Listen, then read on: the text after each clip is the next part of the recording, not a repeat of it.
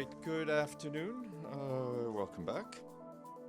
Yesterday, a UN team managed to bring in about 75,000 liters of fuel from Israel into the Gaza Strip. This is the first such provision in 130 days. As we mentioned yesterday, we and our humanitarian partners need hundreds of thousands of liters of fuel each day to keep essential, life-saving and life-sustaining operations going, meaning that the amount entered yesterday isn't sufficient to cover even one day of energy requirement.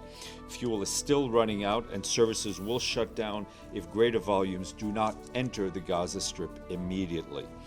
One partner, for instance, reported to us this week that in a matter of days, fuel shortages could cut off supplies to clean drinking water to about 44,000 children that depend on that water source.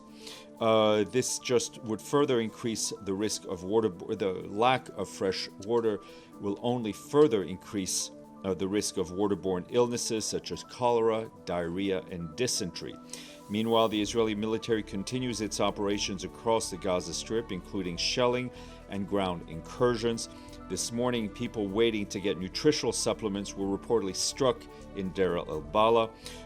According to Al-Aqsa Hospital, the attack resulted in dozens of casualties, the majority of whom were women and children.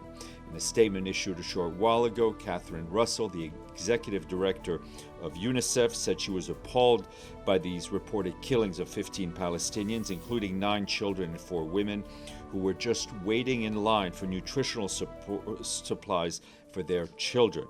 And I can tell you that we yet again condemn the killings of civilians in Gaza.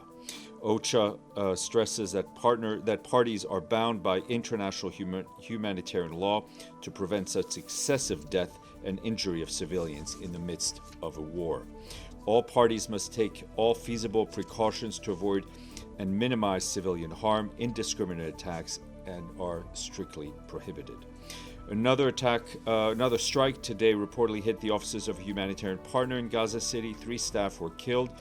Yesterday, our partners providing education services said that between October of 2023 and June of this year, 626 temporary learning spaces had been established in Gaza with 240,000 students enrolled. About half of those students are girls. However, the partners say that only 299 spaces are currently operational due to the ongoing displacement orders, funding shortfalls, and a host of other challenges. Our humanitarian partners also, including first responders, health workers, and aid workers, continue to deliver food and other assistance under intolerable conditions, and they themselves are facing hunger. A number of our own colleagues are also facing hunger. They also face water scarcity and threats to their personal safety, just like everyone else in Gaza. As we've said time and time again, this catastrophic situation must end. A ceasefire is not only urgent, it is overdue, and all of the hostages need to be released unconditionally and immediately. Humanitarian coordinator for Ukraine, the UN humanitarian and resident coordinator for Ukraine,